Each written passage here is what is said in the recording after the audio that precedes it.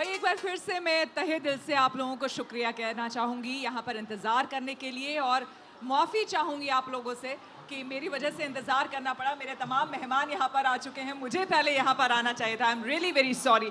सो आप सबका तारुफ करवा देती हूँ। सबसे पहले तनवीर गाजी जी हमारे बीच हैं, तालियों से स्वागत कीजिए तनवीर गाजी जी का, जिनकी शायरी बहुत मशहूर है, लेकिन अब फिल्मों में इनको जिस तरह से हम देख रहे हैं, सुन रहे हैं, खुद अमिताभ बच्चन जी ने अपनी आवाज़ दी, और ख़ास करके पिंक मूवी में जिस तरह से हमने इनको सुना है और इनके कलम को हमने जाना पहचाना है, अपने आप में बहुत बड़ी बात है।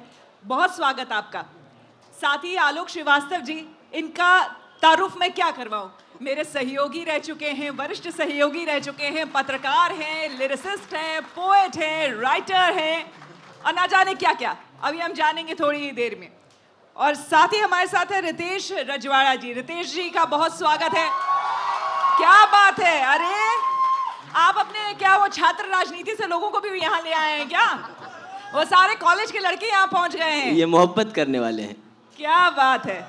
तो इस मोहब्बत का जिक्र भी हम करेंगे क्योंकि गज़लों में एहसास की बात होगी। मुझे ऐसा लगता है आलोक जी और रितेश जी और आप तनवीर जी कि एहसास अगर ज़िंदगी में ही ना हो, अगर किसी तरह का एहसास, तो वो ज़िंदगी ही क्या। तो महज हम गज़लों की बात क्या करें। हमारे एक शायर हैं, उनका एक शेर है कि शायरी क्या है, दिली जज्बात का इजहार है, दिल अगर बेकार है तो शायरी बेकार है। तो एहसास के बिना अगर आपके अंदर एहसास नहीं है, फीलिंग नहीं है, तो आप अच्छी शायरी नहीं कर सकते। पहले आपको अच्छा इंसान होना होगा, फिर अच्छे कलाकार बनते हैं। और जहाँ तक मेरी शायरी का ताल्लुक़ है तो बुनियादी तौर पर मैं मोहब्बत का शायर हूँ। गालिब का एक मिसरा है कि कहते हैं जिसको अक्ल, कहते हैं जिसको इश्क खलल है दिमाग का, लेकिन कहते हैं जिसको इश्क खलल है दिमाग का, लेकिन मेरा अपना ये ख्याल ये है कि इश्क आदमी को बावला ज़रूर बना देता है लेकिन कमीना नहीं होने देता। इश्क इंसान को अच्छा क्या इंसान बात बनाता है। तो कुछ मोहब्बत के शेर सुना देता हूँ। मेरा बड़ा एक वायरल शेर है कि उसकी आंखों में मोहब्बत की चमक आज भी है, उसकी आंखों में मोहब्बत की चमक आज भी है, उसको हालांकि मेरे प्यार पे शक आज भी है। क्या बात, क्या नाव बात। में बैठ के धोए थे कभी हाथ उसने, सारे तालाब में मेहंदी की महक आज भी है। क्या बात, बहुत खूब, बहुत खूब। अगर शुरुआत इस तरह का है तो अंजाम क्या होगा। आलोक जी, मोहब्बत का जिक्र छिड़ा है, फिजाओं में जो खुशबू इस वक्त महक रही है, उस पर कुछ सुना दे। देखिए, आपने मेरे तारुफ में ये भी बता दिया कि मैं आपका पुराना साथी रहा हूँ। बिल्कुल। तो मेरे लिए मोहब्बत जो है वो ये है कि आप कितने भी मसरूफ़ रहें, लेकिन मोहब्बत के लिए हमेशा फुर्सत रहनी चाहिए। क्या बात है, ये बहुत बड़ी बात है। ये सोचना गलत है कि तुम पर नजर नहीं, ये सोचना गलत है कि तुम पर नजर नहीं। मसरूफ हम बहुत हैं मगर बेखबर नहीं। बेखबर नहीं, क्या खूब, तालियां हो जाए। और हम ये आज के जो नौजवान हैं वो किस कदर समझदार हैं मोहब्बत में भी। ये सोचना गलत है कि तुम पर नजर नहीं, मसरूफ हम बहुत हैं मगर बेखबर नहीं, हम आपके इशारे पे घर बार छोड़ दें। क्या बात, हम आपके इशारे पे घर बार छोड़ दें। दीवाने हैं जरूर मगर इस कदर नहीं। क्या बात, बहुत खूब, बहुत खूब आलोक जी, क्या बात। दरअसल ये तो आप सबकी दिलजोई के लिए और आप सबके के एहसास के लिए, लेकिन मेरे नज़दीक गज़ल जो है वो एक बहुत मखमली सा एहसास है।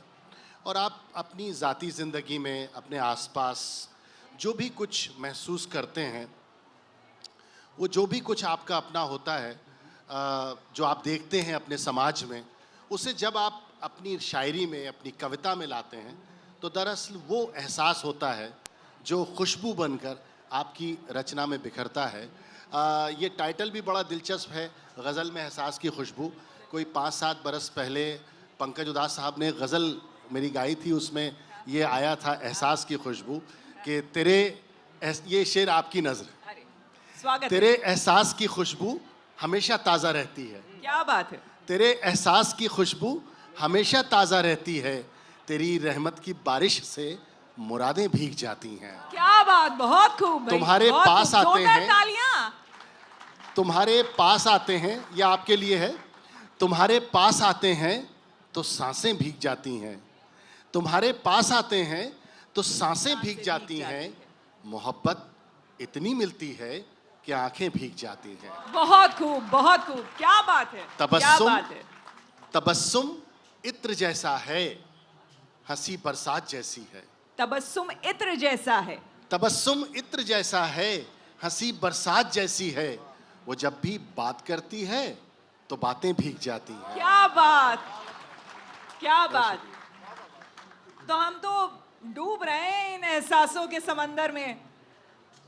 आप इस समंदर से क्या हमें कौन सी मोती निकाल कर देंगे? पहले तो मैं कहूँगा कि आपने माफ़ी मांगी, खूबसूरत लोगों पे देरी थोड़ी जचती है। बहुत धन्यवाद। और मेरे दो बड़े बैठे हैं आज, रानी लक्ष्मीबाई का जन्मदिन है, इंदिरा जी का भी। और मैं इस हक से पढ़ रहा हूँ कि जब दो बड़े बैठे हो तो थोड़ी बहुत शरारत, थोड़ी बहुत ठुमक बर्दाश्त कर ली जाती है घर आंगन में। चलता है। तो एहसासों की बात बड़े भाई ने कर दी। अगर वो चाहती मुश्किल नहीं था। ये एहसास जो होता है ना, जब आप किसी के साथ यात्रा में होते हो, किसी के साथ प्रेम में होते हो, और जब उधर से चीज़ें एक वक्त के बाद कही जाती हैं कि नहीं हो पा रहा यार, नहीं हो पाएगा, ये चीज़ें हैं, कास्ट है और तमाम सारी चीज़ें, तो लगता है कि अगर वो चाहती मुश्किल नहीं था। हमें लगता है उनका दिल नहीं था। अगर वो चाहती मुश्किल नहीं था, हमें लगता है उनका दिल नहीं था। मोहब्बत में वो लड़का हमसे जीता जो कल तक रेस में शामिल नहीं था। ऐसा ही होता है गुरु। हाँ, मतलब ये हिमांशु जी ने लिखा है ना कि मोहल्ले का प्यार अक्सर डॉक्टर इंजीनियर उठा ले जाते हैं, तो हमारे साथ भी यही हुआ है। और जब ये बातें चली और हम, मुझे लगता है टूटे दिल से ये निकल रहा है कुछ। टूटे दिल से ही निकलता है। वो क्रांति हो, शांति हो, प्रेम हो, सब इश्क हो, बगावत हो, सब टूटे दिल से ही निकलता है। जब दिल टूटता है, प्रेम होता है, तो वहाँ से चीज़ें निकलती हैं। मैं एक घटना आपको बताता हूँ। भगत सिंह सबसे हैंडसम थे अपनी टीम में। एक दिन राजगुरु ने एक पोस्टर लाके लगा दिया पार्टी ऑफिस में एक लड़की की। चंद्रशेखर जी आए, नाराज़ हो गए। उन्होंने कहा ये क्या तरीका है यार, ऐसे लाओगे क्रांति, ऐसे कर पाओगे आंदोलन, ऐसे कर पाओगे संघर्ष? तो राजगुरु को थोड़ा खराब लगा। उन्होंने कहा यार सब हम ही को डांटते हो, भगत को कोई नहीं बोलता, स्कूल में कॉलेज में उनको लड़कियां घेरे रहती हैं। अच्छा, वो 5 फीट 9 इंच का बाकाल नौजवान, शानदार बोलने वाला, शानदार सुनने वाला, शायरी करने वाला। जब भगत सिंह आए तो तलब हुए। उनसे आज़ाद साहब ने कहा कि यार ये क्या तरीका है, मतलब ऐसे तो नहीं आ पाएगी क्रांति। तो उन्होंने एक बात कही। उन्होंने कहा कि इश्क में ख़राब बात क्या है, मोहब्बत में ख़राब बात क्या है? नौजवानों ये याद रखना। उन्होंने मिजनी का उदाहरण दिया, इटली का क्रांतिकारी। जब वो लड़ता रहा, मिजनी लड़ता रहा, हार गया, थक गया, नहीं आ पाई क्रांति, नहीं हो पाया आज़ाद उसका देश। तो एक दिन वो टहल रहा था, भटक रहा था, कहीं फरारी काट रहा था। उसी वक्त में उसकी पार्टनर उसे मिली, उसकी गर्लफ्रेंड उसको मिली। उसने कहा यार अबे तुम्ही पे तो नाज था कि तुम करवा लोगे, मैं सबसे कहती थी कि मेरा वाला करवाएगा, तुम भी थक के बैठ गए, अब मैं किस पे नाज करूंगी? तो मिजनी उठा और उसने देश आज़ाद करा दिया। वहाँ भगत सिंह जी ने कहा कि इस वक्त में, इस उम्र में मेरे पास समय कम है, अगला जन्म मिलेगा ना तो पूरा जीवन महबूब की बाहों में बिताऊंगा। क्या बात है, क्या बात है। बहुत। और तब उनकी धुन लगी होगी कि कटते भी चलो, बढ़ते भी चलो, बाजू भी बहुत हैं, सर भी बहुत, चलते भी चलो कि अब डेरे मंजिल पे ही डाले जाएंगे, जो झूम के दरिया उठे हैं तिनको से न टाले जाएंगे, कुछ तख्त गिराए जाएंगे, कुछ ताज उछाले जाएंगे।